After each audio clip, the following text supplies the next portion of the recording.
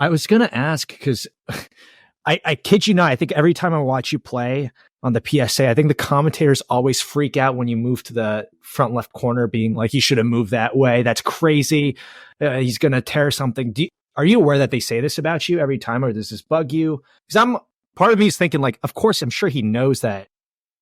I'm sure he knows best, right, about his own body. But yeah, I just want to get your Yeah. take on that because I'm sure you've heard them say that as too, because they say it every time.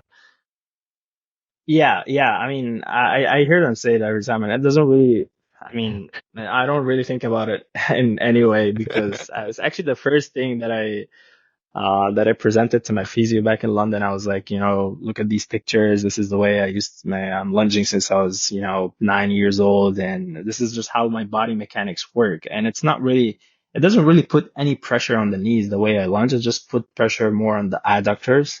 And the way I move, like if you see me walk, like my just feet goes outward. So it's not really, it's just like how your body has been working for so many years. Like my adductors, I mean, they might be the strongest muscle in my body like that. Some people are like glute dominant. Some people are like quad dominant. I'm like, not adductor dominant, but I can't take a lot of load in my adductors.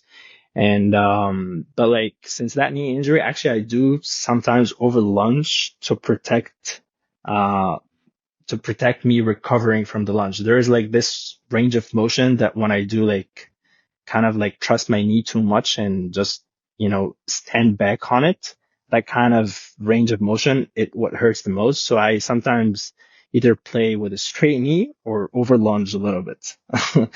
So, that's just, how your brain works, but it doesn't really affect me in any way. Like this kind of lunge is just, it's nonsense. I mean, it, it's just Uh, how I move.